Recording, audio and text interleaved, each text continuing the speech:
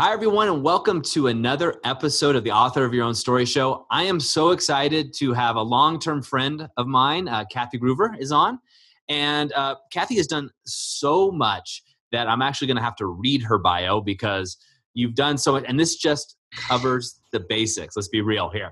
So I'm going to read it. And Kathy Gruver, PhD, and we talked about Dr. Kathy or not here a little bit ago.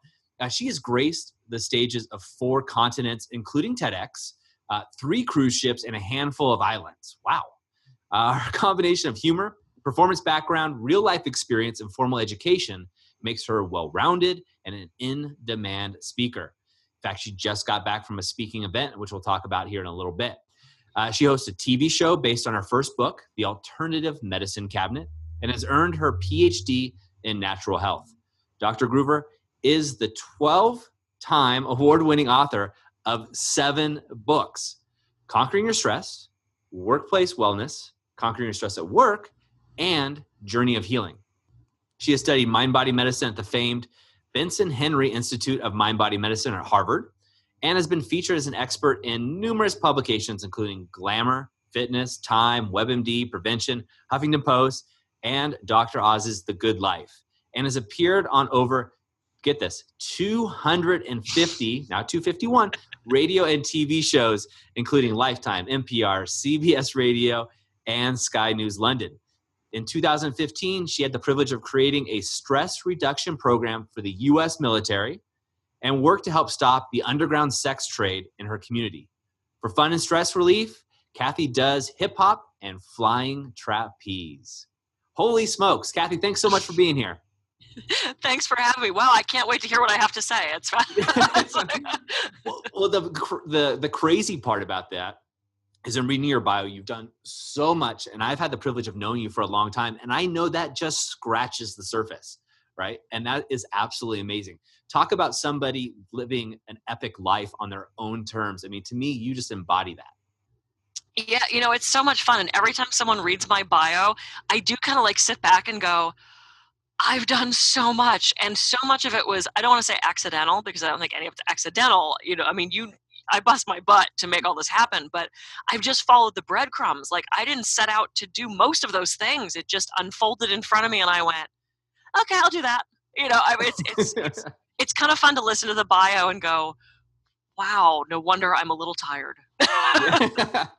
Well, and I think that's something that's amazing, that's amazed me anyway, as somebody who also busts their butt.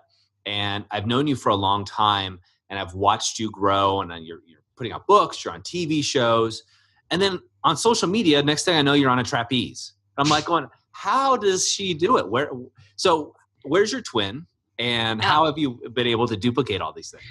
Yeah, I think I get extra time. I'm not sure. I think I have a certain amount of time to do something, and I think there's no way I can get all these tasks done in that amount of time. And then I finish all the tasks, and I still have 20 minutes left in that half hour, and I go, oh, all right, I guess I'm either quicker than I thought, or I overestimate how much time stuff takes. I don't know. When you love what you do, you just do it. And you get in that flow and it just happens. And so I thought about that this morning. I love every aspect of what I do. It just thrills me beyond belief. That's awesome. And it showcases with your energy, which we talked about just before we got on here. You're going through real stuff in life, as we all do, but yet you seem to bounce back. You're like Teflon, right? You're just like, you bounce back and you move through it. And it's either you do it cognitively, and I'll ask you, do you do it cognitively, or is this something that's reflexive for you, or something you were born with? I think we do shoot out of the womb a certain way. We have a certain stress resilience. We have a certain attitude. Some people are more wired for negativity than others. I always joke that, my grandmother, if somebody was 2 minutes late for dinner, she had them dead in a ditch. Everybody was dead in a ditch, even though there might have been traffic. There might have been and I don't know where she grew up that apparently everyone died in a ditch, but that was sort of her go-to negativity. Whereas I grew up in that environment. My mother was also very negative, very sort of worrisome and kind of gullible. And I patterned everything off of my dad, who was more positive, more easygoing, more laid back, more let's insert joke here kind of dad. He had that personality. So I think I trained myself to make sure I wasn't negative. And then all the studying I did, I can't very well stand there and tell people to do affirmations and not think negative thoughts if I'm standing there thinking negative thoughts. So it's a struggle sometimes, as of course, but it's about staying present and making a choice to do something different. So that's perfect. So would you say it's kind of like exercise, right? You don't just go to the gym and go, boom, I'm in perfect shape, I'm done. It's something that you do with repetition over and over and over again to keep toning that muscle, keep it strong, keep it fit. Yeah, absolutely. I mean, I would love to do 3 crunches and have a washboard stomach. That would be fabulous. It would save me so much time. But it doesn't work that way. I mean, we have to keep working at that. It takes practice. And I tell people who I'm trying to train out of this stress reaction that we so often have, that it's easy, it's simple.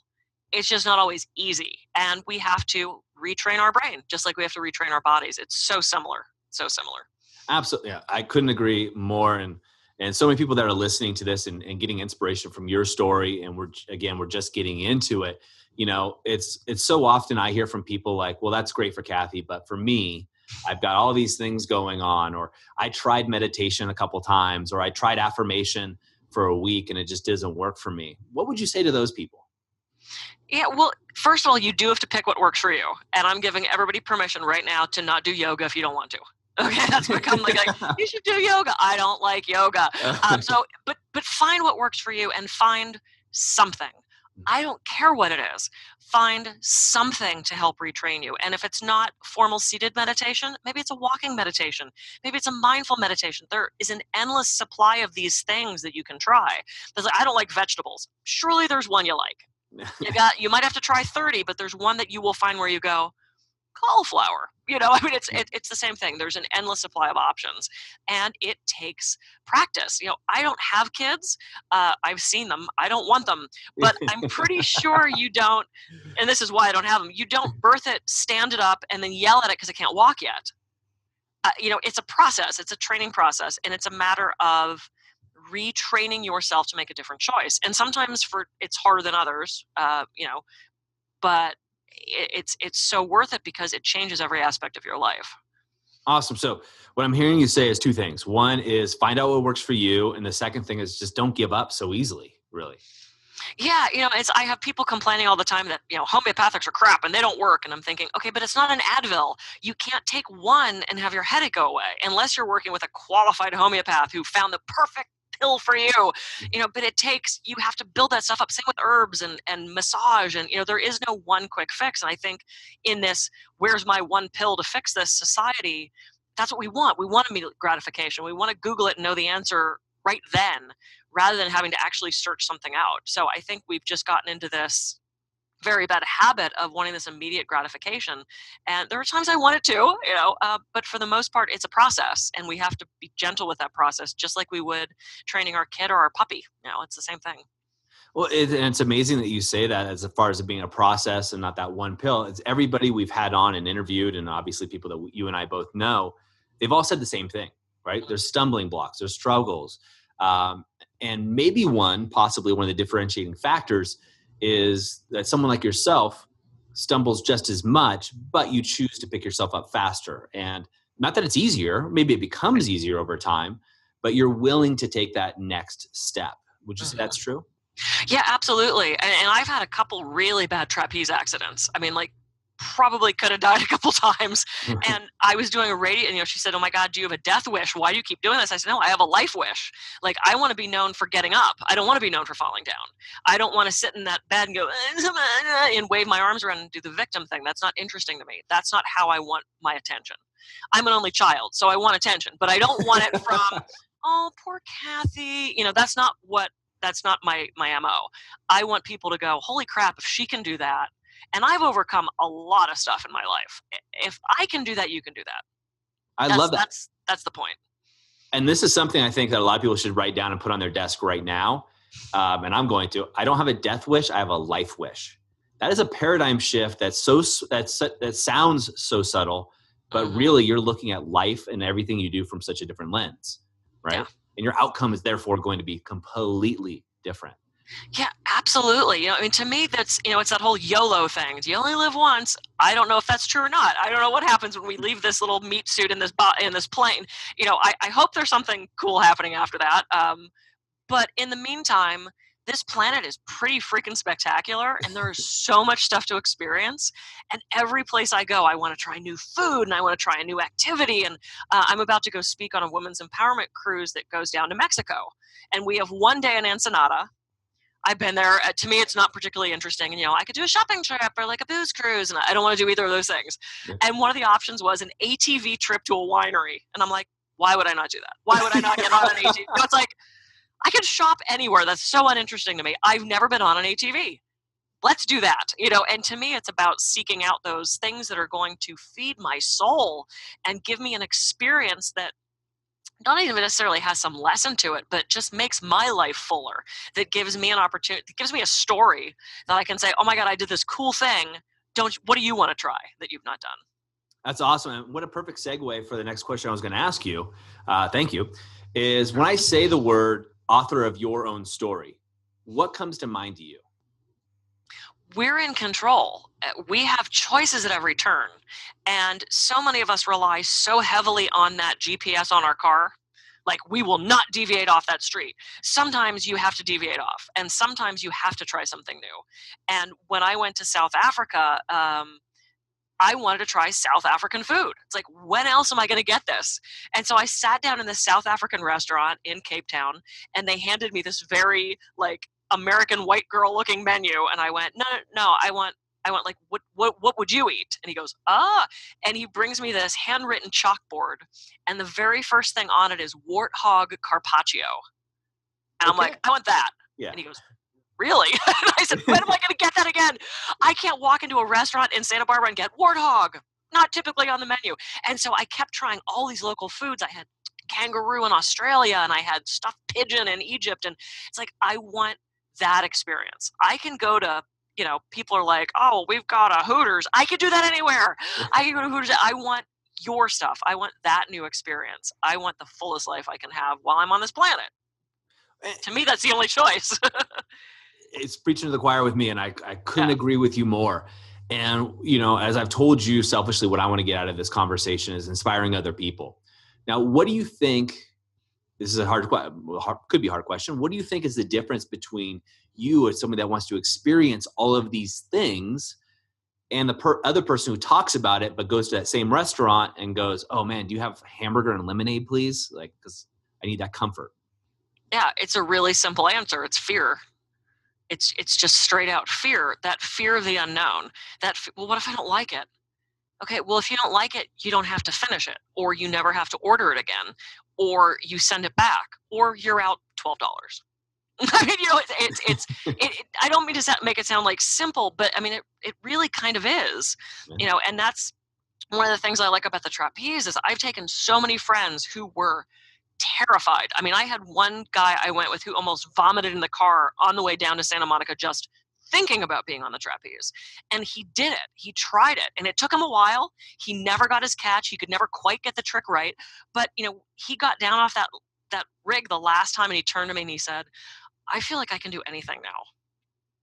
Because to conquer that little fear, to try that something little new, and maybe it's not traveling around the world, maybe it's going down the street and trying a different restaurant. We get so into this habit because it's comfortable and it's known. The unknown's pretty darn exciting, and chances are it's probably not going to harm you. So go do something new, even if it's something little. And dive 2 feet in, right? Isn't that a big difference behind a lot of us walk through life 1 foot in, 1 foot out, with that fear of not making sure we're making the right choice, but yet we're not really living at that stage. Right. We're so divided. Well, and I've been traveling all over the country, and I've met so many people who not only have never been out of the country, they've never been out of their town, they've never been out of their state, and they're comfortable with that. Mm-hmm. You have to get out of your comfort zone, and not everyone's going to. Very few people are truly going to do that. It's interesting. I tell my clients where I'm going because I still have my massage practice here, and when I said I was going to the Middle East, and I went to Jordan and I went to Egypt, much to my father's dismay, I think it really scared the crap out of him. He was so fearful that something was going to happen to me, which I understand, but something can happen to me anywhere. We're in California. A building can come down from an earthquake right now. We're never 100% safe. Sorry to break that to everyone if they didn't know that already. But I had half of my clients that said, oh my God, you're going to have such a blast. You're going to have so much fun. Enjoy yourself. And I had the other half of clients that went, I don't think you should go. Don't call me if you get kidnapped. Oh, I better get a new massage therapist. You're going to get beheaded. I mean, like, I had people that were seriously being so fear-based and just downright rude to me. And it's like, why would you say that? Why would you say, oh, you're going to get beheaded? Give me a reference for a new massage therapist. But there was no middle ground. There was either, oh my God, you're going to love it, or, oh, you shouldn't do that. And it was fascinating to see who fell into which camp. It was really interesting. It was really fascinating to see. And I went, I had a blast, and clearly I didn't get beheaded, so I survived. I made it out. I love it. Which is so interesting, right? We can see this from the outside that, other people are projecting their belief systems, their view of the world upon us or other people. But I think oftentimes people listening, and myself included, we forget how much other people's projections have dictated our viewpoints, right? From the past, or growing up, or as kids, or what we've come into this world by, and never question changing it. Like, why do I believe what I believe? Yeah, absolutely. That is huge. And like I said, some of us shoot out of the womb just more wired for worry with a less resilience for stress. But also when we have those thoughts, it's these two parts of our brain communicating. And when we stop having that thought, the chemicals kind of cease, but there's a little trail. I kind of picture it like the Milky Way, just this like vague trail of chemicals connecting those two things. And the more we think that one thought, the stronger that chemical trail gets until it forms a whole new connection. It's neuroplasticity, which we didn't even think we could do as an adult up until a couple of years ago. Thank God we can, because I would hate to be stuck in my 20-year-old brain. It was fun, but not very responsible and productive. So, the more we think those things, the more those ideas are embedded, and the harder it is to break out of those unless you practice it. And I purposefully practice that. It's like, is that scary to me? I'm going to go do that thing. I specifically do things that scare me because I don't know, maybe I'm an idiot. I mean, like, it's like, why would you jump off that cliff into the water? That's really scary. Yeah, but there's something, like, I did it. And I didn't do it for anybody else. I did it because I wasn't sure I could. And I want to know that I can do those things. Yeah. And do you think that makes you a better person? Not better than someone else, but better for you. Right. I think it makes me a fuller person. I think it gives me a toolbox of experiences that at any given point I can pull out when I'm helping somebody else and say, look, I did this thing that was really scary. And I screamed swear words the entire way down the cliff until I hit this icy water, and then rethought my whole decision because it was bloody cold. But I wouldn't undo that. Like, I wouldn't go back and not jump off that cliff into the water. And we were doing a rafting trip, and my husband, he's not a fan of heights. Totally fine. He did not want to jump off the cliff. He walked along with the other 4 guys that also did not want to jump into icy cold water. And me and 2 other guys jumped. And, I get back in the raft, they're high five. Oh my God, I can't believe you did. Great. But had nobody else been there, I still would have tried to do that. So it's about me pushing my boundaries, because then I can encourage others to be brave in things that scare them. Whether it's losing a parent or a job change, or, it's all the same leap. It really is. Awesome. And so with that, obviously you're seeking out these challenges to push yourself to, see what you're made of, so to speak, but also keep exercising those. With that, are there any other habits that you think that you have that have allowed you to do so much, be so much? I'm really driven. And there are days my husband says, I'm so happy you're so driven. And then 20 minutes later, he'll go, I really hate that you're so driven. Well, because it's got to be annoying. When I get focused on something, there is nothing else for that moment. And that can be very unfair to the people around me, because I am so career focused or so activity focused, or I need to do this now, everybody else shut up kind of thing. I'm very, when I want to do it right then, I do it right then. Got it. And I think part of that, honestly, and not kidding, is the only child thing. Because as a child, if I wanted to do that one thing, well, no one else had to do that one thing because of me. So I got to do that one thing. So I think that's part of it. And I know exactly what I want to accomplish. And I do that until I get there, or realize, okay, maybe we have to reset that goal. That's actually not going to happen. So I think I'm just incredibly driven. I'm very type A. Again, good parts of that and bad parts of that. And there's so much I want to do. I realize how short this life can be. And I got a big list. I got a big list to check off. Well, it sounds like you're checking it off routinely. Are there any habits that you do daily? You mentioned affirmations as possibly one of them. Are there other things that you're doing as a regular practice? I'll leave it at that. Are there any things you're doing as regular practice? Yeah, I meditate every day, and sometimes I'll sit down on my pillow and do a formal meditation. If nothing else, I do affirmations, and I do a mini meditation, which is what I teach to everybody. It's simply inhale, I am, exhale, at peace. And I'll do that for 5 minutes in the car. I'll do it for 10 minutes in between clients. We have pets. We've got 2 cats at home, and I make sure I spend time with them. I've got a guinea pig now in my office, which I love. So it's small animal therapy. Nothing gives me more joy than watching him squeak and squeal as I feed him red pepper. And it's that mindfulness practice of, at that moment, nothing else exists but me and this creature that I'm feeding. And I could think about the business, I could think about the net, but to me, it's important to be present with that being in that moment, in that time. And that allows me to respond rather than react. It trains my brain to be more present with my clients, with myself, with my spouse, with whatever's in my environment at that time. So I really, really work on that presence thing. That is probably the most important thing that is in the forefront right now of what I'm doing. It's amazing, especially in today's world where, we have 3 screens, we have our phone going off, there's all these distractions, Facebook messages, Instagram, Twitter, et cetera, et cetera.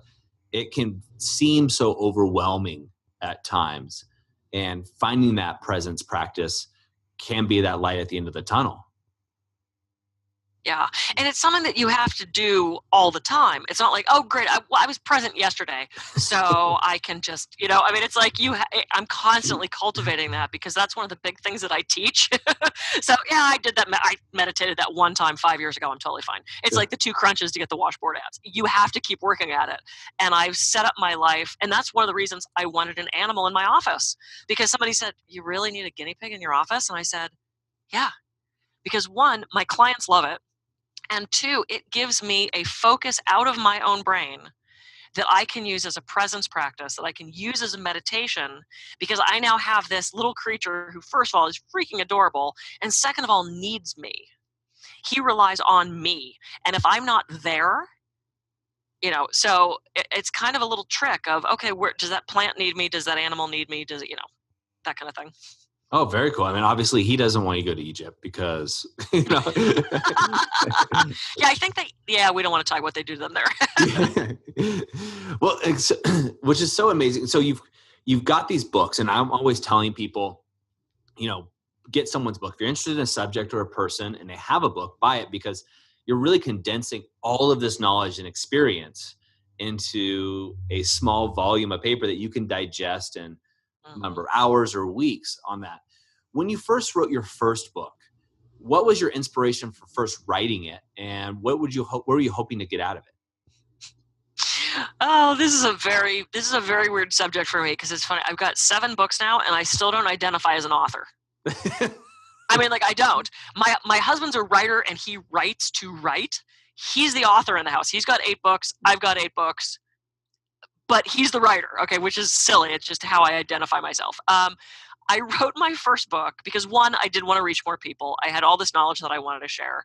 But I really didn't have a thought of writing a book, seriously writing a book, until I told someone I wanted to do more. It sounds so silly. I told them I wanted to do more speaking.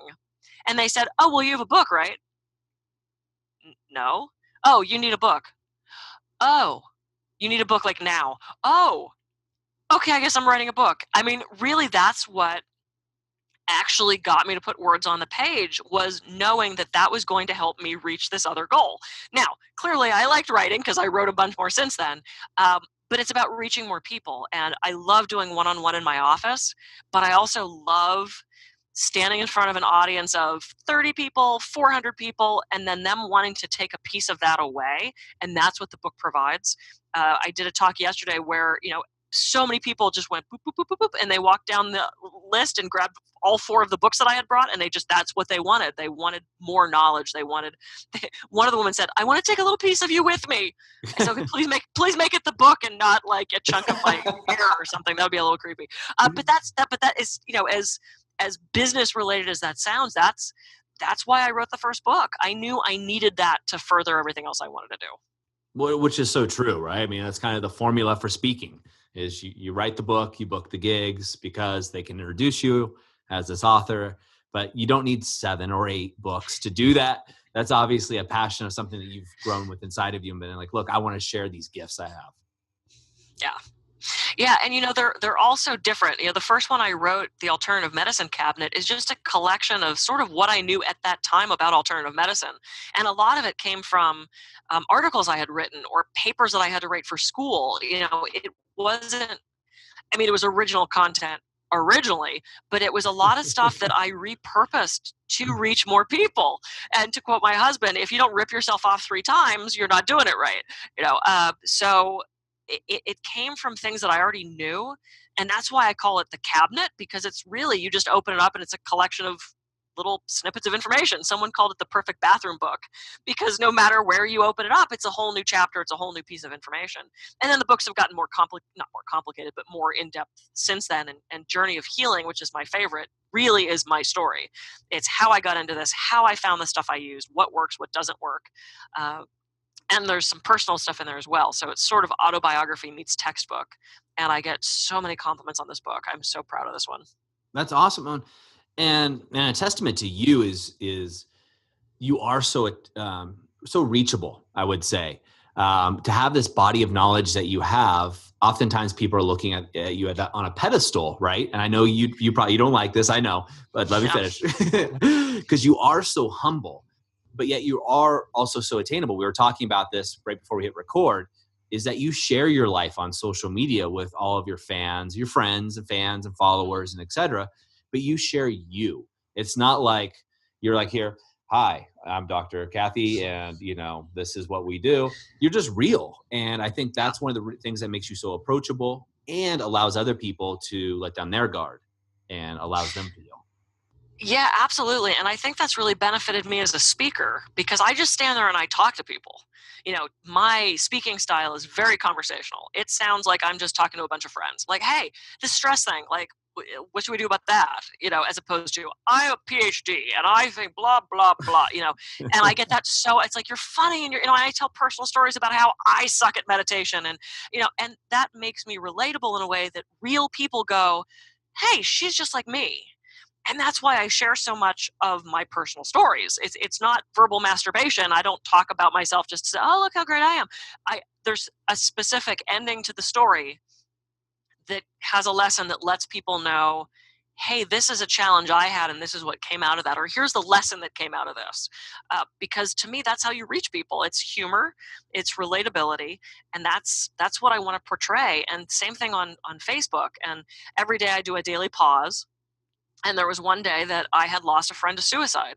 And I've lost so many friends to suicide. I think I'm now in double digits of clients and friends that I've lost to suicide. And that's just insane.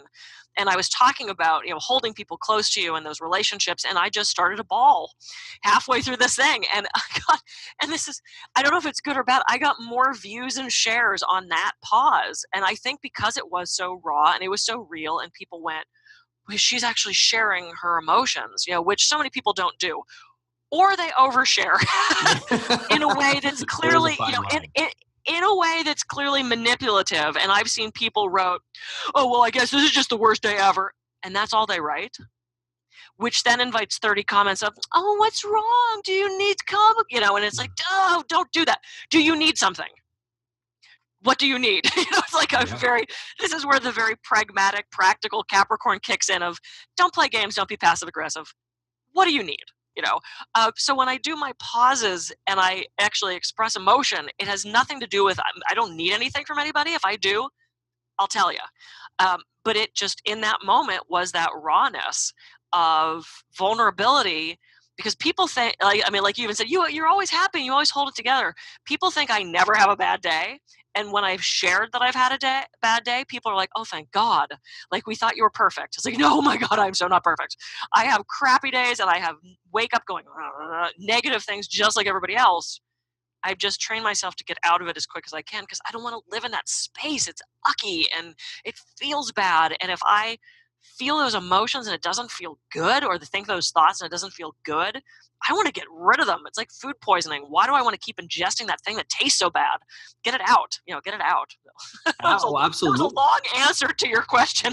No. We actually talked about this right before recording. I always wish I hit record earlier because there's so many goals that come in when I talk to someone like yourself. And what I was saying is you're more like Teflon, that you bounce back so quickly, right? And and what we were talking about, it's a choice. Do I want to be a victim and give away my power, essentially? Or do I want to just share what the emotion I'm sitting in at this moment and then move forward? Right. And And I'm sorry to interrupt. We have to acknowledge those feelings, and we have to, we don't want to stuff them down. I definitely went through 2 or 3 days of really horrible grief and mourning and fear when my dad just had his heart attack. I was not in any way shoving that. And there were times where I'm like, okay, I feel like bawling like a ridiculous baby, and I'm projecting into that what if negative future, and I'm aware of that. I'm consciously now it's like I consciously worried, which sounds kind of stupid, but I would rather take the time to say, what if he doesn't make this? And spend that time in my room by myself rather than losing that in the middle of working with a client or while I'm driving or at a time when I need to be present someplace else. So it's like I gave myself time to presently deal with the future, if that makes any sense.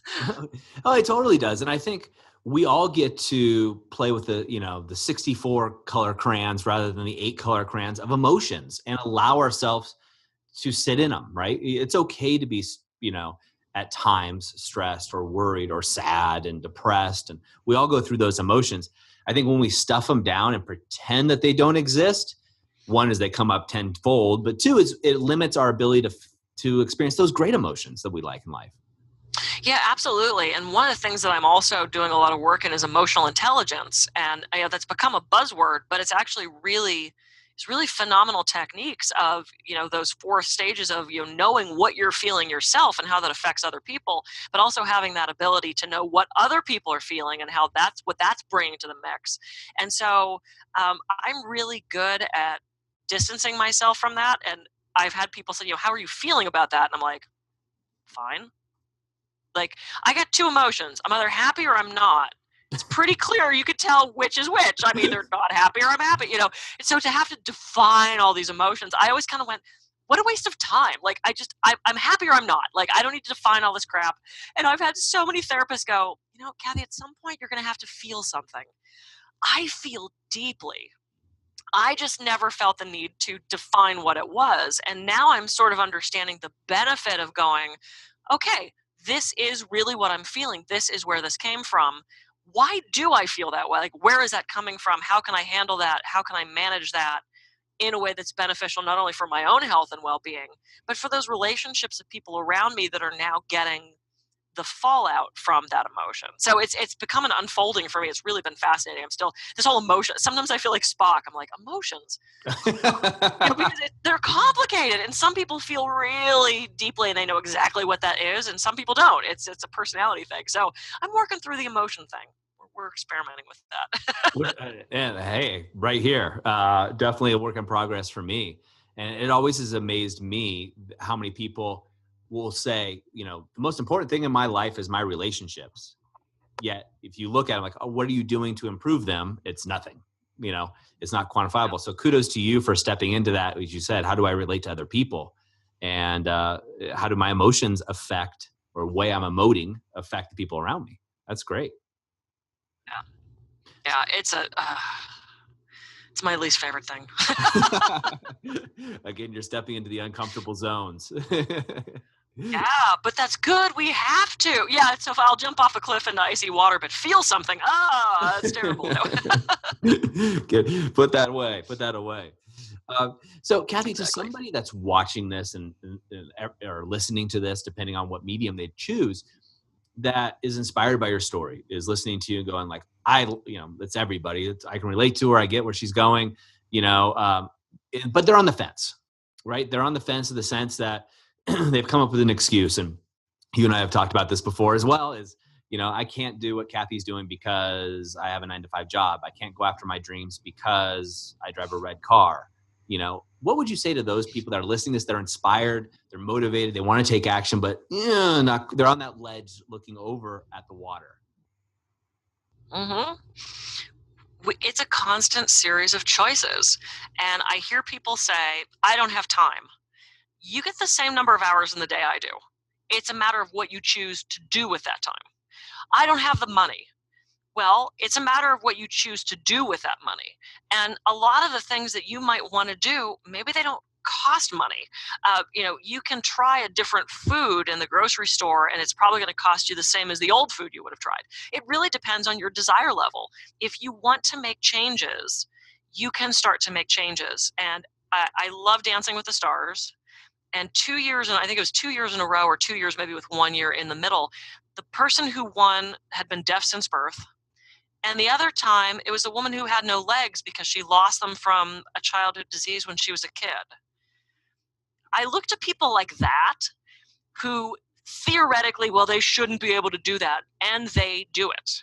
I love American Ninja Warrior. It is a constant inspiration of, that guy only has one leg because he lost it in the war, and he just got halfway through this course that I probably couldn't do 2 feet of. It's like, I look to people who seriously have obstacles, big obstacles, and I see them accomplishing things because they push themselves, because they make that choice of, I am not going to let this situation get me down. So with every exhale, we have the ability to make a different choice. So just make that choice, even if it's a small step, even if it's 2 minutes of meditation while you're in the shower, brushing your teeth, in the car, petting the cat. I mean, there's always time. It's just a matter of what you choose to do with it. Not to diminish anyone's busyness. I don't have kids. But I do a lot of stuff. And I still have time to do those things that are important to me because I've made time to do those things that are important to me. So you guys can too. You just have to make a different choice. And you have to be open with what you want. And maybe you can say to your spouse, your partner, a girlfriend, hey, you know what? I need an hour of alone time. Would you be able to watch the kids? I have had parents tell me they feel guilty about getting in the bathtub because their kids wonder where they are. To which I have said, what message are you instilling in your kids if you can't take time to take care of yourself? So it's a matter of choice. That's all we have are choices. Everything's a series of choices. And so just make a different choice. And if it doesn't work, you know what? Then you make a different choice. Yep. It's simple. It's not easy. I know. Well, it's so true, though. I mean, I think everybody, including myself, should go back, rewind this, and re-listen to what you just said, because there's so much truth in that. Everything's choices, and it's not a black and white. It's this or that. There's always a third possibility, if not a fourth or 100th option that's out there. Do you consciously, when you're going about your day, you're planning your week, and I want to know how you do it, when you're going back, do you say like, well, if I'm saying yes to this, I'm saying no to that? Or do you just say, this is what I want and this is what I'm going to do?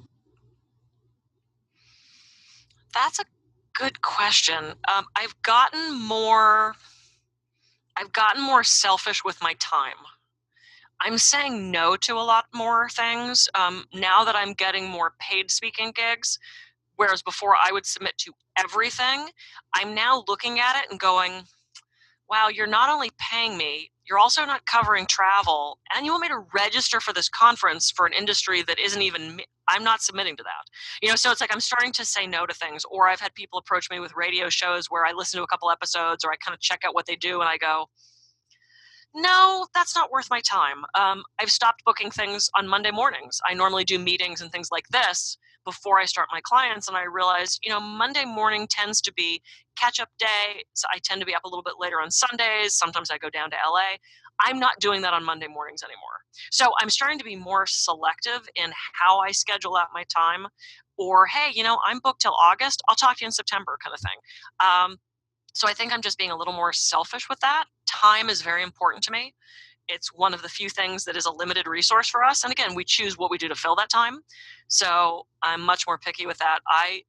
it is rare that I will miss dance class for something.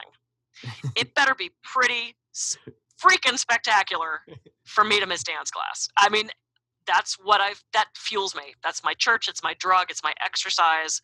It better be pretty damn good for me to miss dance class. So stuff like that. I love it. I love it. So you have your priorities in order is what it sounds like to me, and you know what those are. And again, on behalf of everybody listening to this that's getting so much, including myself, thanks for taking the time and to be with us, because I do realize absolutely how busy you are. And speaking of which, so when we look at Kathy, and what are we going to expect from you in the next 6 months, a year, 2 years from now? What can we expect? The speaking is definitely ramping up. So I think I'm going to be traveling more, doing more larger speaking gigs, which is what I really want to be doing. I love being on stage. I was an actor. I shot out of the womb, ready to do the next performance. It thrills me beyond belief to be in front of people, sharing what I know and making them laugh and entertaining. So definitely going to be doing more speaking and traveling. I have a couple more books in my head. None have made it onto paper yet, and they always start writing themselves when I know it's time. So those are percolating in there. But I've also started hosting retreats. So I'm doing my first women's empowerment retreat, I think a month from today, in the Dominican Republic.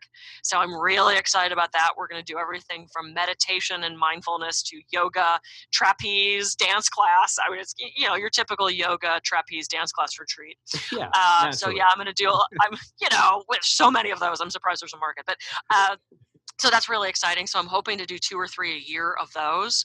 And then I've paired up with someone I met through the National Speakers Association. We want to start talking about doing some corporate retreats, because I do a lot of work with C-suite of, communication and leadership.